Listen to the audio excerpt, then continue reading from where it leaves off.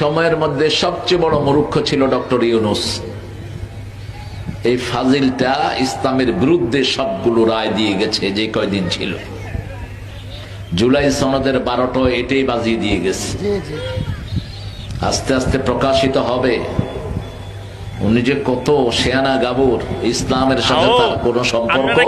ভাইয়ের আমার, এক সময় উনি খুব ওনাদের কাছে জনপ্রিয় ছিল। ওনার প্রশংসায় ওনারা পঞ্চমুখ সব সময় থাকতো, প্রাউড ফিল করে ওনার গুণগান করত, প্রশংসা করত। আজকে ওনাদের জামানে আপনি দেখুন, ওনারাই বলছে উনি নাকি অনেক বড় মূর্খ, জাতির দুশ্মন। আচ্ছা বলেন তো দেখি, কয়েক মাস আগে উনি ওনাদের ইমাম ছিল, আর কয়েক মাস পরে উনি জাতির বড় মূর্খ হতে পারে কিসের কারণে? ওনাদের মর্জি মাফিক, ওনাদের মন মতো কিছু জিনিস, ওনাদের আবদার পূরণ না করার কারণে। এখন আপনারাই বলুন, যে লোক 3 মাস আগে ওনার প্রশংসা করতে পারে, ওনার পক্ষে এত পরিমাণে সাফাই করতে পারে, আবার 3 মাস পরে উনি ওনার মুখে উনি আবার ওনাকে মন্দচারী বলতে পারে, তাহলে এই আলোচনার দ্বারা, ওনার এই লেকচারের দ্বারা, ওনার বক্তব্যের দ্বারা আপনি কি বুঝতে পারলেন? ওনাদের কথা, ওনাদের কথার মূল্য, ওনাদের কথার সময়সীমা কতটুকু, এটা আপনাদের কাছে ছেড়ে দিলাম, আপনারা জাজমেন্ট করেন। এখন আপনারা চিন্তা করেন তো, ওনাদের ব্যাপারে আমরা কিছু বললে আপনাদের জ্বলে ওঠেন, আপনারা তেলে বাগুনে জ্বলে ওঠেন। আমরা কিছু বলতে পারি না, বললে আমরা সিন্নিখোর, বললে আমরা বিদআত। আমাদের আহলে সুন্নাত ওয়াল জামাত যাদেরকে আপনারা সিন্নিখোর বলেন, ওনাদের মধ্যে এমন একজনকে দেখান তো যে এক মুখে 2 রকম কথা বলেছে।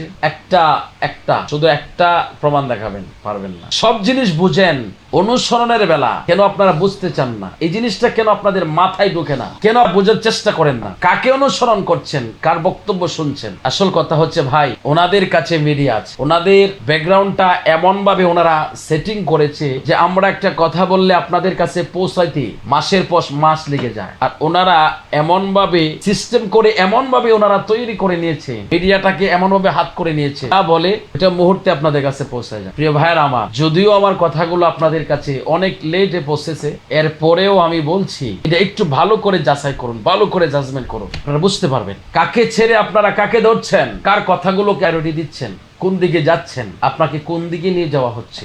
অতএব আমি বিশেষ করে young generation, school college university পড়ুয়া শিক্ষিত ভাইদেরকে আমি বলবো, প্রিয় ভাইয়ের আমার, শিক্ষিত মানুষ এই জিনিসগুলো একটু বিবেচনায় আনবেন। তাদের কথা শুনলে হুমড়ি খেয়ে পড়েন, ফেসবুকেও ওনাদের ব্যাপারে খুব পজিটিভ লেখালেখি করেন, আর আমাদের ব্যাপারে আপনারা খুব নেগেটিভ কথাবার্তা বলেন। আপনাদেরকে বলবো একটু বিবেচনা করবেন, একটু বিবেকের ভিতরে এই জিনিসগুলো এনে বিবেক দিয়ে চিন্তা করবেন। আল্লাহ তাআলা আমাদেরকে বোঝার তৌফিক দান করুন। আমি ওনার মন্দ বলছি না, কিন্তু ওনার চরিত্রটা একটু আপনাদের সামনে তুলে ধরলাম।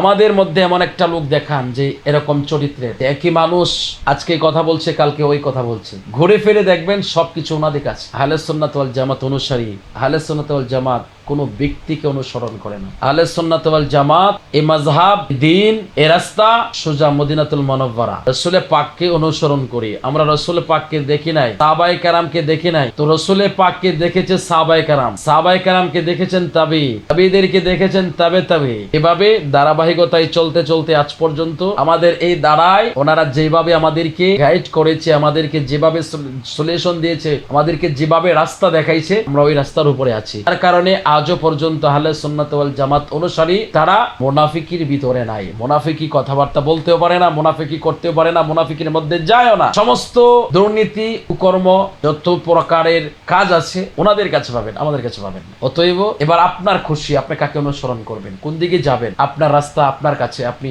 চুজ করে নেন আপনি কোন দিকে যাবেন। আল্লাহ তাআলা আপনাদেরকে বুঝ দান করুক, আমাদেরকে হেদায়েত দান করুক। আল্লাহ তাআলা দেশ ও জাতির উপরে শান্তি আর রহমত দান করুক। আসসালামু আলাইকুম ওয়া রাহমাতুল্লাহি ওয়া বারাকাতুহু।